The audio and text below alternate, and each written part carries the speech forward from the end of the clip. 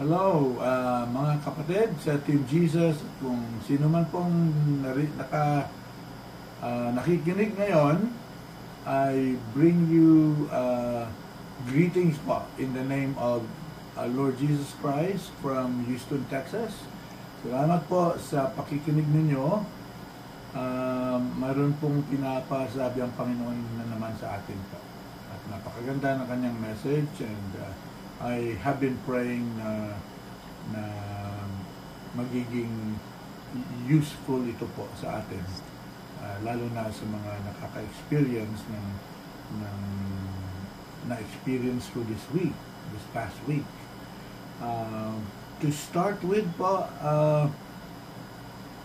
I had a very, very tough week.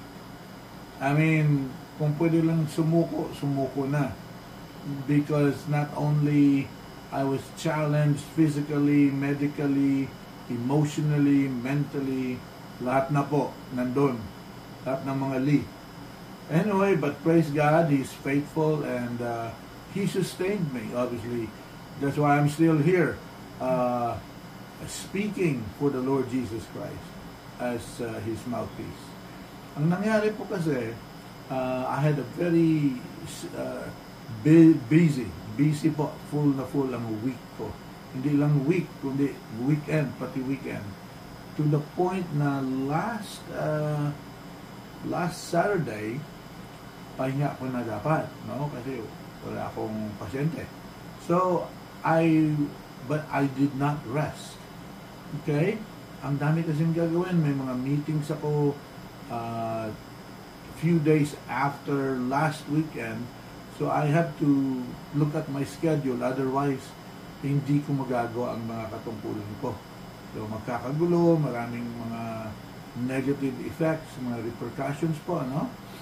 So I want to be a responsible person, a responsible therapist, husband, and child of God.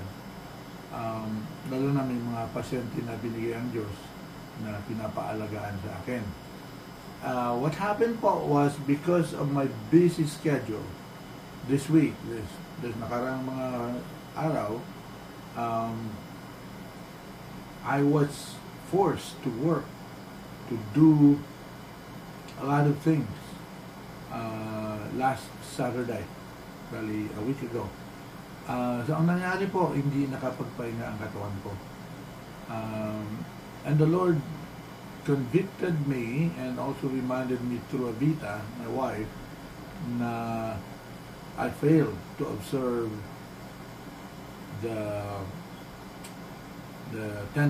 one of the 10 commandments po ng Panginoon Diyos na binigay sa atin, which is found in Exodus 20 verse 8.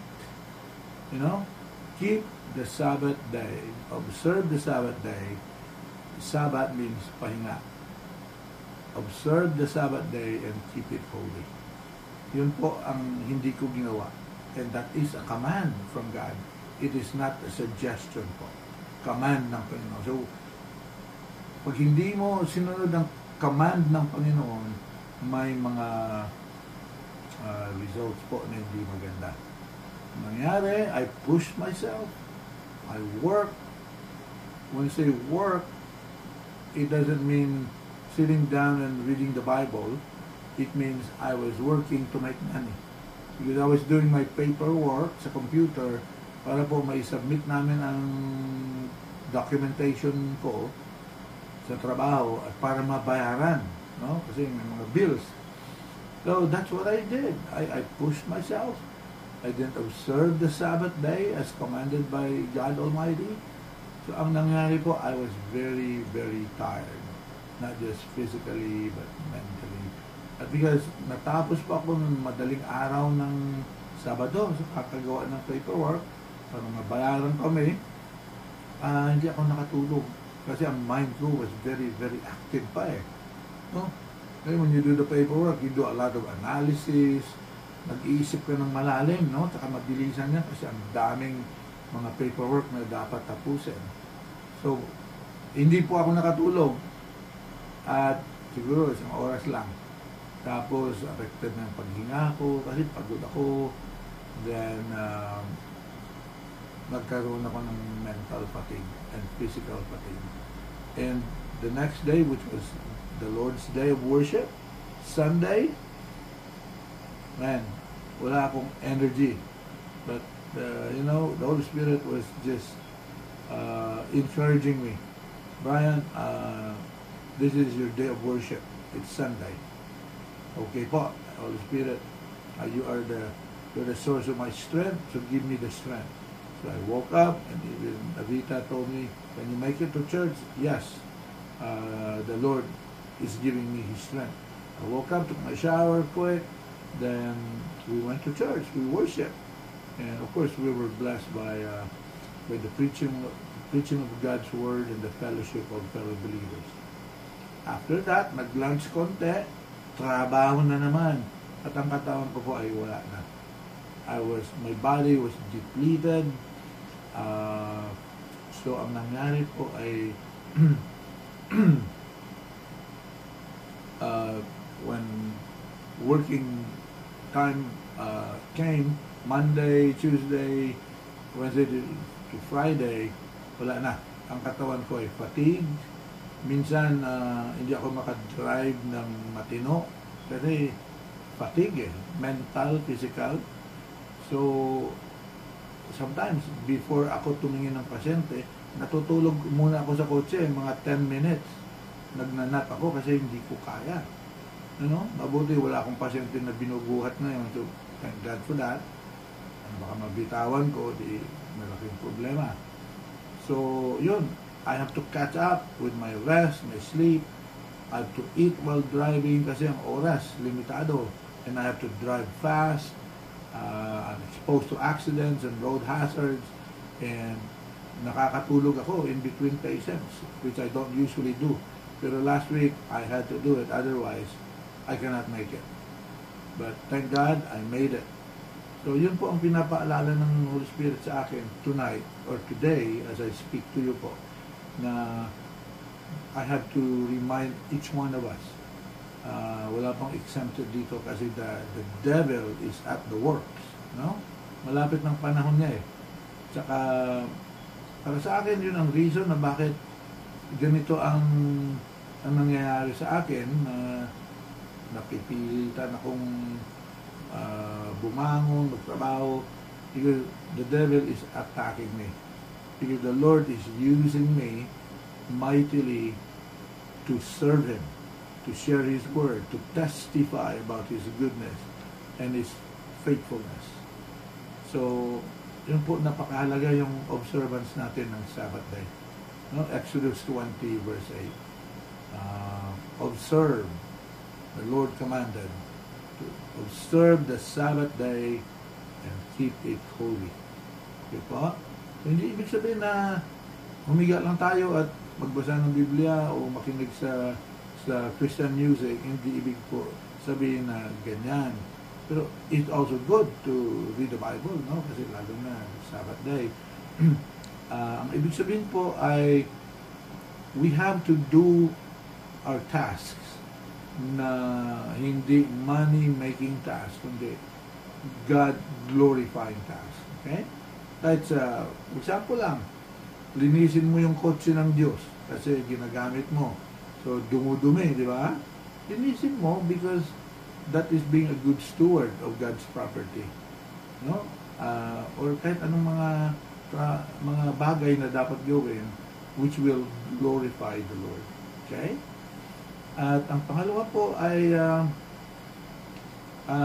nire-remind tayo na naman ng salita ng Diyos about our bodies, to take care of it. Yun ang hindi ko ginawa.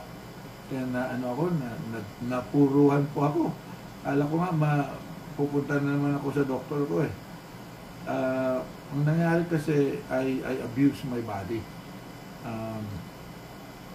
Ang sabi sa salita ng Panginoon, sa 1 Corinthians chapter 6, verses 19 to 20 po is, your body is the temple of the Holy Spirit. Ang body natin po ay banal. It's holy. Because the Holy Spirit lives, resides in our body kung saved na po tayo. At ang ginawa ko po, inabuso ko ang katawan ko. So, we are reminded to be good stewards of our bodies because our bodies are holy and the Holy Spirit lives in our bodies. Diba, kung isuway natin to, hindi natin susundin, ang mga resulta po ay magkakasakit tayo, instead na masaya tayo, wala na yung joy kasi pagod ka na, tapos stressed out ka na, and stress is the number one killer po. So, pinapaalala ng Diyos sa atin na take care of our bodies because it is holy and the Holy Spirit resides in our bodies. Okay po? Simple lang po, pero pag sinuway natin, napaka-komplikado po ng mga resulta at hindi maganda. Ang huli ko pong i-share lang sa inyo rin na sinabi ng Diyos, i-share mo to. I know you're busy, Brian, but ang demonyo, ang kalaban, ginagamit yung kabisihan para makalimutan mo yung mga sinasabi ko sa sayo, sa asawa mo, sa mga anak ko. At ito po ay nasa Psalms 46:10. Ang sinasabi po diyan sa salita is, be still and know that I am God. I am God among the nations and I am God in the earth. So, ano pong ibig sabihin ng be still and know that I am God, na uupo na lang tayo kahit may mga trabaho tayo, may mga responsibilidad tayo? Hindi po. Ang ibig sabihin ng be still is stop what you're doing and draw yourself close to me and talk to me. That is what it means by be still. Kalma ka lang, Brian. Cool ka lang, kumbaga. Chillax. Talk to me. Pray. Ask me for wisdom. I-lead kita kung anong gagawin mo. So, hindi ibig sabihin, wala kang gagawin. May gagawin tayo kasi buhay tayo eh. May purpose ang Panginoon sa buhay natin. But we have to do whatever the Lord wants us to do to accomplish His purpose. So, mahirap po gawin. Lalo na dami nating mga responsibilidad. O, ang anak may sakit, ang mga bills hindi nababayaran, at iba pa. Kulang ang panahon sa pagtulog kasi trabaho ng trabaho. So, sabi ng Panginoon, kalma lang, kalma. Be still. Stay there. And know that I am God. So, i-recognize natin, humingi ng Panginoon ng recognition na siya ang Diyos makapangyarihan. Walang imposible sa Kanya. Magagawa niya lahat. Alam niyang nangyayari before mangyari, alam na niya mangyayari. Kaya may solusyon na ang Diyos doon, di ba? Kasi alam niya, He's all-knowing. He's everywhere. He's all-present. He's omniscient. He's all-knowing and He's all-powerful. Makapangyarihan siya sa lahat.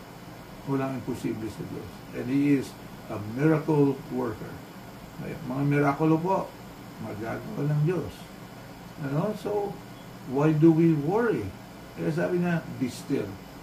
Don't worry. Come to me. Talk to me. Recognize me that I am the solution to each and every problem that you have. So, my goodness, simple lang po. Pero, nandyan ang demonyo kasi. Bubulong-bulong na naman yung demonyo. Ay, naku, hindi ka pwede mag-be still dyan. Dapat umalis ka na, mag-drive ka na, at gawin mo na to. You know? So, and being still po will give us the peace. Kasi naniniwala tayo ang Diyos ay makapangyarihan. Alam niya ang lahat. Okay? At He's the answer to our problems. Hindi taong answer ng problem natin, ang Diyos. Kasi ang answer ng Diyos, according to His will, is good, is pleasing, and always perfect according to His purpose in our lives. So yun lang po ang masaya ko sa inyo. Ito, I am thriving, which means I made it. Thank God. Nakatulog kami ng asawa ko ng mga 7 hours. After eating lunch, sabi namin, again, mag-grocery tayo mamaya. Nakatulog kami ng 7 hours. That is Sabbath day. Pero ngayon, gising ako, midnight na. Gising ako, talking to you as the mouthpiece of God. Or the Lord talking to us, using me as His mouthpiece. I'm full of energy po ngayon, so praise God. At magmi-midnight na sa amin. So po, ano lang, we will obey what the Lord is saying in His Word. Obey lang po tayo kasi we are already victorious. Pag nag-obey tayo, nandyan papasok ang blessings. No, walang sakit, walang stress, everything will go well, and all will just fall into place according to God's purpose.